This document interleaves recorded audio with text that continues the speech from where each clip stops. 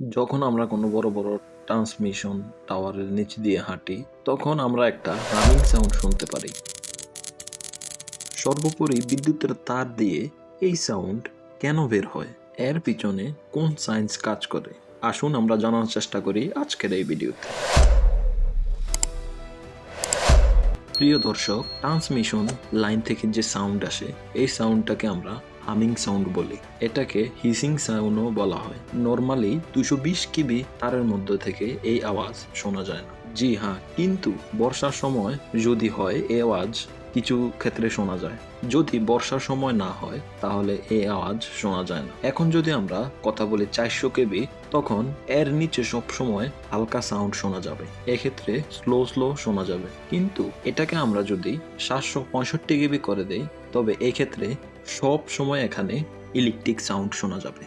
এটা নয় যে আস্তে আস্তে শোনা যাবে, এখানে অনেক জোরে আওয়াজ শোনা যাবে। মানে আপনি ট্রান্সমিশন লাইনের নিচ দিয়ে হেঁটে গেলেও এই আওয়াজ আপনাকে অনেক সহজভাবেই শুনতে পারবেন। এই আওয়াজ আপনারা ঠিক এমনভাবেই শুনতে পারবেন। সর্বোপরি এই আওয়াজ কেন আসে? এটার 3 কারণ হতে পারে। প্রথমে হচ্ছে ইলেকট্রিক করোনা। এই করোনা চায়না থেকে আসা করোনা নয়, এটা হচ্ছে একটি ইলেকট্রিক করোনা।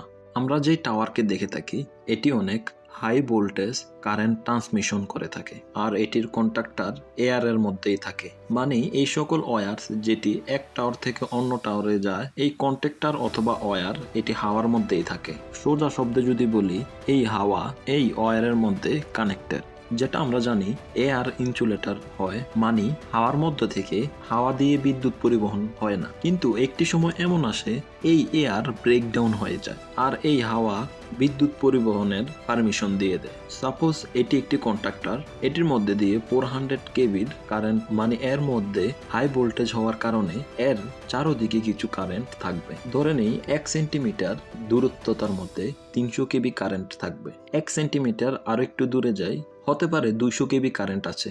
এর আগে যদি যাই, আরো আস্তে আস্তে কমতে থাকবে। সহজ ভাষায় যদি বলি, 400 কেবি এই কন্ট্রাক্টর চারোদিকে কিছু কারেন্ট থাকে, আর এটি যত দূরে যাবে তত কম হতে থাকবে। মানে এটা থেকে আমরা যত দূরে যেতে থাকবো, এই ভোল্টেজ কম হয়ে মিনিমাম হয়ে যাবে। এটিকে আমরা পটেনশিয়াল গ্রেডিয়েন্ট নামেও জেনে থাকি।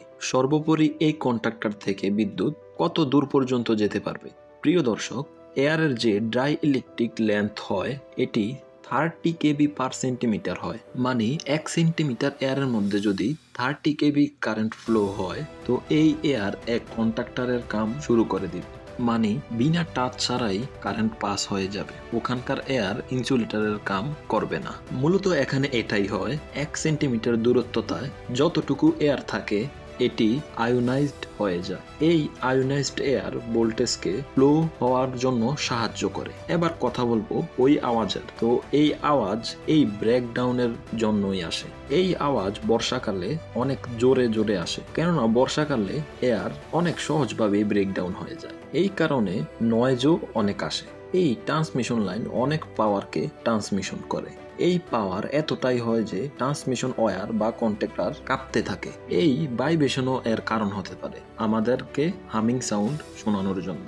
মেইন সাউন্ডের যে সোর্স হয়, এটা আসলে ইলেকট্রিক করোনাই হয় প্রায় 90%, আর 10% হয় ভাইব্রেশনের কারণে। তো প্রিয় দর্শক, হয়তো আইডিয়া হয়ে গেছে যে টাওয়ারের নিচে কেন আমরা এই হামিং সাউন্ড শুনতে পারি। আপনাদের কাছে একটাই রিকোয়েস্ট, যারা এখনো আমার চ্যানেলটাকে সাবস্ক্রাইব করেন নাই, প্লিজ সাবস্ক্রাইব করে দিন। ভিডিওটাতে লাইক এবং কমেন্ট করার জন্য আমার আন্তরিক কৃতজ্ঞতা। দেখা হবে পরবর্তী কোনো দুর্দান্ত ভিডিওতে। আসসালামু আলাইকুম।